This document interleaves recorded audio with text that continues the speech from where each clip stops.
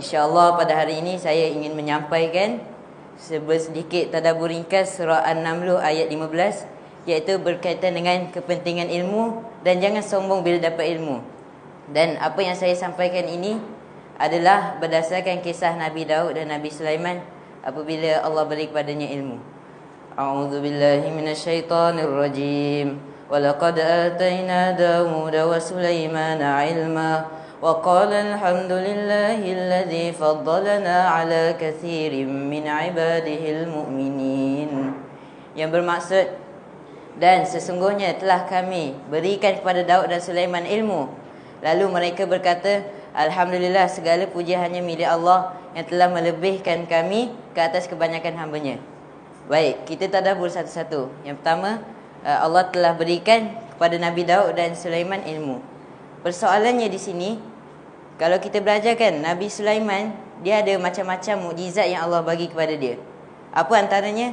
Tentera daripada kalangan jin dan angin, boleh faham bahasa haiwan. Nabi Daud pula boleh melecurkan besi. Tapi dalam banyak-banyak tu, kenapa Allah sebut ilmu? Kenapa tak sebut boleh faham bahasa haiwan ke? Kan nampak hebat sikit. Okey, ada dua. Yang pertamanya, macam mana Nabi Sulaiman nak mengawal tenteranya kalau dia tak ada ilmu? Betul tak? Yang keduanya, Allah muliakan orang yang berilmu. Dalilnya boleh buka dalam surah Al-Mujadalah ayat 11, iaitu a'udzubillahi minasyaitonirrajim. Wa idza qila shuzu fanshuzu yarfa'illahu alladhina amanu minkum walladzina utul ilma darajat wallahu bima ta'maluna khabir. Yang bermaksud, dan apabila dikatakan berdirilah kamu, maka berdirilah. Pasti Allah akan mengangkat orang beriman di antara kamu dan orang-orang yang diberi ilmu beberapa darajat. Dan Allah Maha teliti dengan setiap apa yang kamu lakukan. Okey, timbul persoalan di sini. Ilmu ni ada banyak, betul tak? Ilmu belajar Al-Quran, ilmu tadabbur, ilmu buat rumah, ilmu sihir. Banyaklah kalau nak sebut. Memang banyak. Tapi ilmu apa yang Allah maksudkan dalam ayat surah Al-Mujadalah ayat 11 ni? Apa dia? Al-Quran. Masya Allah, betul. Barakallahu fiqh. Allah sebut di dalam surah Al-Kahfi ayat 1, iaitu a'udzubillahi minasyaitonirrajim. Alhamdulillahilladzi anzala ala 'abdihi al-kitaba wa lam yaj'al lahu 'iwaja.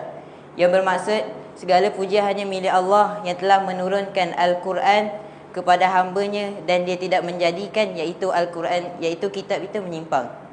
Okey, ayat ni Allah sebut kitab secara umum kan. Jadi ayat ni dia sesuai ikut zaman. Kalau zaman dahulu, Nabi Musa, Nabi Isa, kitab Taurat, kitab Injil. Lepas tu Nabi Daud ada kitab Zabur. Jadi kalau zaman kita ni adalah kitab Al-Quran, iaitu apa yang diturunkan oleh Allah. Baik, kita berbalik kepada ayat tadi.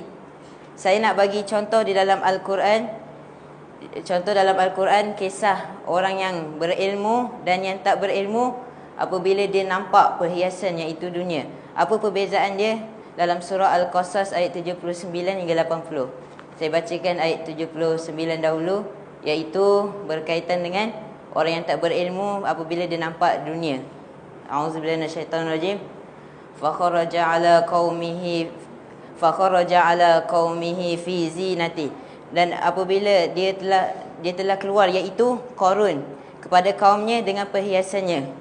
Lalu apa kata-kata orang yang tak berilmu ni? Kata dia, qala allazina yuriduna alhayata ad-dunya ya laita lana misla ma utiya Qarun innahu ladzu hazzin azim. Berkata orang-orang yang menginginkan dunia, iaitu apa dia kata? Dia kata, alangkah baiknya sekiranya aku dapat seperti apa yang diberikan kepada Qarun. Tengok, na'udzubillahi min zalik. Dia kata, alangkah baiknya sekiranya dia dapat seperti apa yang Qarun dapat. Sesungguhnya dia benar-benar mendapat keuntungan yang besar. Innahu lazu hazzin azim. Maksudnya apa di sini? Orang yang tak berilmu, fikiran dia tak berapa jauh. Iaitu apa? Dia nampak yang depan mata dia je. Iaitu dia nampak dunia je, dia nampak perhiasan. Berbeza dengan orang yang beriman. berbeza dengan orang yang berilmu, iaitu dia pandang jauh. Apa kata orang beriman dalam ayat 80, iaitu ayat seterusnya, a'udzubillahi minasyaitonirrajim, wa qala alladhina utul ilma wailakum thawabullahi khair. Dia berkata, dan celakalah, iaitu celaka kepada siapa? Celaka kepada orang yang dia menginginkan dunia. Sebab apa? Sebab apa yang Allah nak bagi? Thawabullahi khair. Yang Allah nak bagi adalah lebih baik. Apa itu yang Allah nak bagi lebih baik? Iaitu wa amila salihan wa la yulaqaha illa sabirun. Iaitu bagi orang-orang yang beriman, bagi orang-orang yang beriman dan beramal soleh, dan tidaklah ganjaran iaitu syurga didapati kecuali orang-orang yang mereka sabar. Sabar apa? Apa maksud sabar dalam ayat ni?